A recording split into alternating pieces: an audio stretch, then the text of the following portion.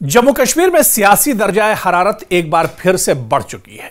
बडगाम से नगरोटा तक इंतखाबी जोशो खरोश अपने उरूज पर है और यह सिर्फ 2 सीटों का चुनाव नहीं है, बल्कि उमर अब्दुल्ला हुकूमत के 1 साला सफर का अवामी इम्तिहान भी है।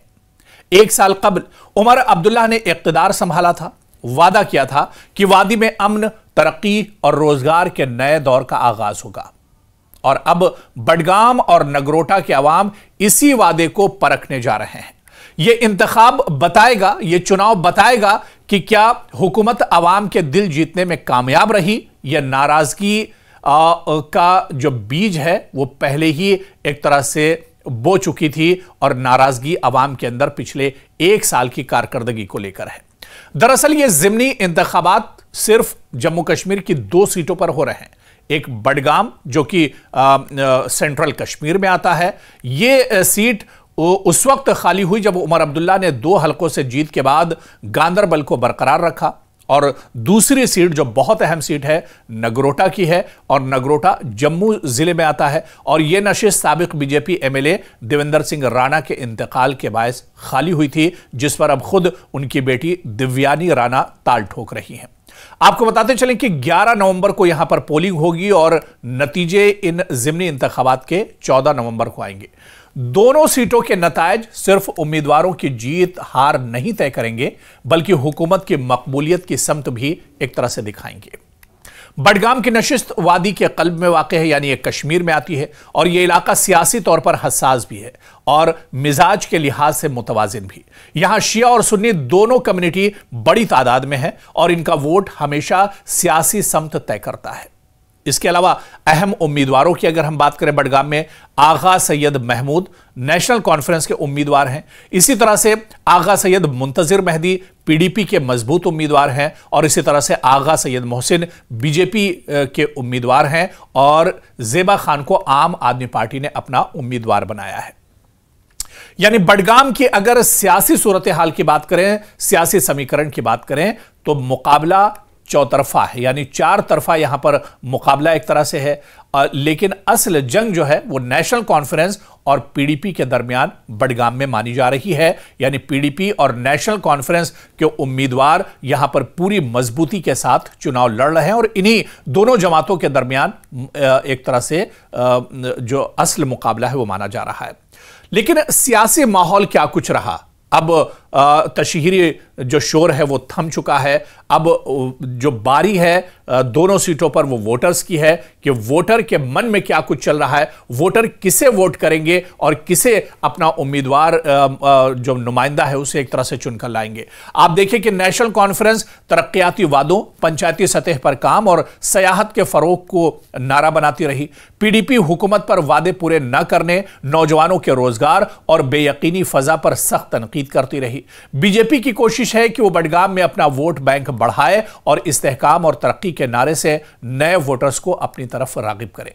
लेकिन 1 साल में उमर अब्दुल्ला हुकूमत ने बिजली और सड़कों के मंसूबे पर कुछ पेशरफ्त की, लेकिन नौकरियों और सरमायाकारी के मामले में सुस्त रवि अवामी नाराजगी का सबब बनी हुई है।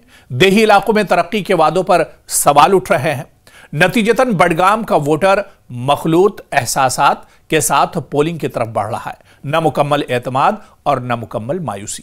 इसी तरह से नगरोटा अगर सीट की बात करें तो जम्मू खित्ते का सियासी इम्तिहान यहां पर माना जा रहा है। जम्मू जिले का नगरोटा हलका जोग्राफियाई तौर पर वादी से मुख्तलिफ है। यहां हिंदू अक्सरियत, पंचायती सियासत और इलाकाई वफादारियों का असर नुमाया रहता है।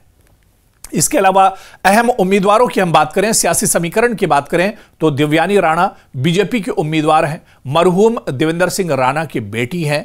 इसके अलावा शमीम बेगम नेशनल कॉन्फ्रेंस के उम्मीदवार हैं।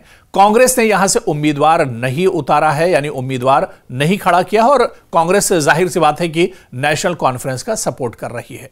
तो ऐसे में यहां पर सियासी समीकरण और खासतौर से अगर पहली नजर में देखा जाए तो नेशनल कॉन्फ्रेंस और बीजेपी के दरमियान यहां पर मुकाबला एक तरह से देखा जा रहा है। देवेंद्र सिंह राणा मरहूम का यहां पर एक तरह से गढ़ है और दबदबा माना जाता है। देवेंद्र सिंह राणा जब तक नेशनल कॉन्फ्रेंस में रहे तो नेशनल कॉन्फ्रेंस यहां से जीत कर आती थी, लेकिन जब देवेंद्र सिंह राणा ने नेशनल कॉन्फ्रेंस का साथ छोड़ा, बीजेपी के साथ आ गए, तो बीजेपी यहां पर मजबूत हुई और बीजेपी का गढ़ एक तरह से माना जाता है।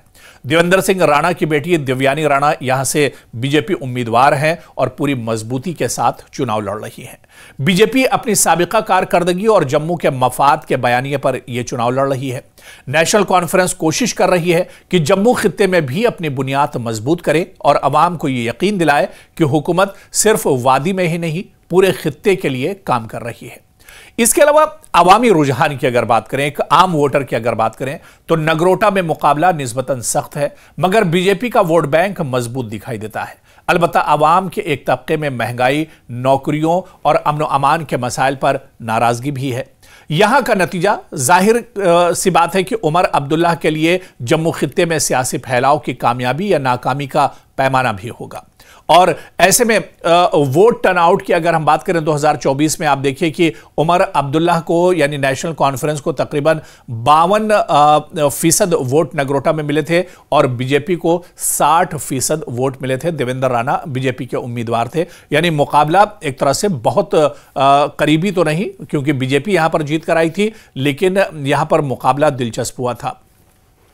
अब चूंकि ज़िमनी इंतखाबात हो रहे हैं, तो ज़िमनी इंतखाबात यानी बाई पोल में उम्मन टर्न आउट कम होता है, मगर इस बार चूंकि दोनों सीटें यानी सियासी लिहाज से अलामती अहमियत रखती हैं, टर्न आउट मोतदिल रहने की भी यहां पर तवक्को जाहिर की जा रही है।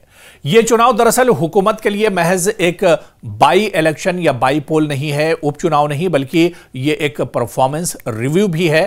क्या अवाम अब भी नेशनल कॉन्फ्रेंस के जो चुनावी वादे हैं, उसका जो बयानिया है उसके साथ हैं, या अपोजिशन ने उनके खिलाफ राय अब कुछ और ही है? अपोजिशन को लेकर जिस तरह से बयानबाजी हो रही है, ऐसे में क्या आवाम का जहन अब बदल चुका है सरकार को लेकर?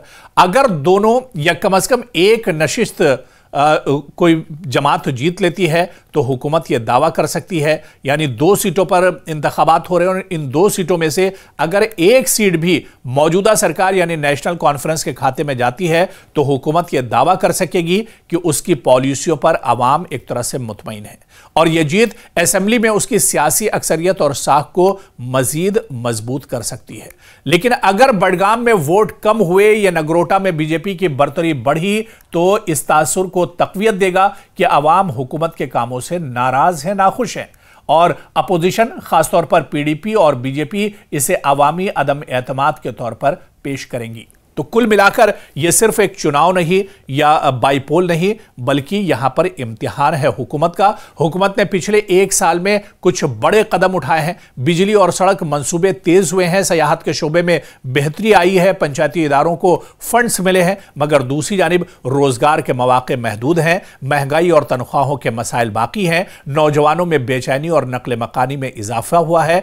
इसीलिए आवामी राय यहां पर बटी हुई नजर आती है। बडगाम में हुकूमत की कारकर्दगी का बराह रास्त असर वोट पर पड़ेगा, जबकि नगरोटा में कौमी और इलाकाई सियासत का असर साफ तौर पर देखने को मिलेगा। तो ऐसे में आवाम का फैसला एक तरह से रुख तय करेगा जम्मू कश्मीर की सियासत का। यानी 11 नवंबर का दिन सिर्फ 2 सीटों के पर चुनाव का नहीं, ज़िमनी इंतखाबात का नहीं, बल्कि पूरे जम्मू कश्मीर की सियासत का दिन होगा। यह फैसला करेगा कि उमर अब्दुल्ला की हुकूमत मजबूती की तरफ जा रही है या अवामी एतमाद में अब दरार आ रही है। यह देखना बहुत अहम होगा।